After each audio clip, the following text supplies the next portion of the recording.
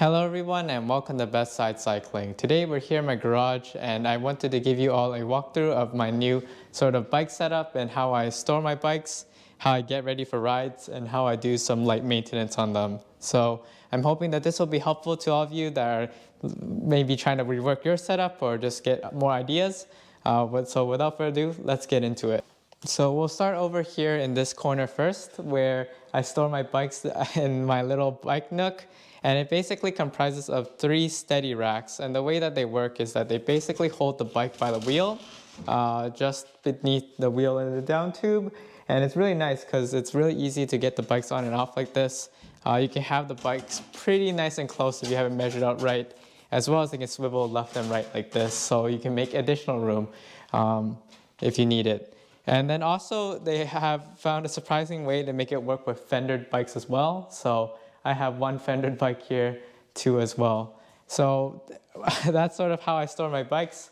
And then once I'm ready to go and get riding, I sort of have a few things here. So I have here to the left sort of a rack sort of filled with all the different kits and accessories that I would need, outdoor clothing, all the bags that I usually bring, gloves and whatnot. I'm pretty forgetful, so having them here and ready for me is really great.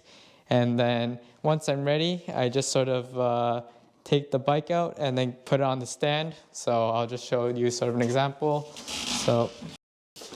And this just gives me an area where I find that for me personally, when it comes to like pumping your tires and everything, having pump nice and handy for every ride, it's not nicer to have a stand like this that is just sort of on the ground and really stable.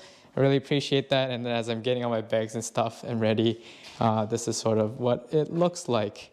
And just to go on from there, we have sort of my little electrics corner here.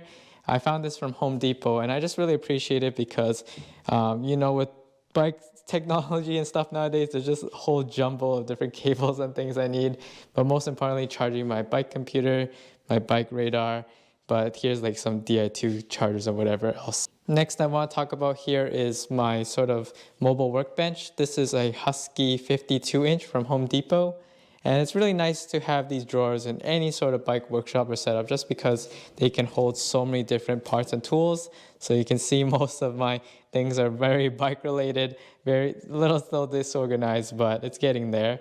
And yeah, I fill this with a lot of different small parts that I need and my other things. But my favorite drawer in here is definitely this one, my snack and fuel drawer. So definitely, I think everyone should have a lot of snacks ready for whenever they go out riding. And yeah, so with that, I would say we can sort of talk about and move on to the right here, which is my little bike stand. I have the Feedback Sports one, and I've really enjoyed it.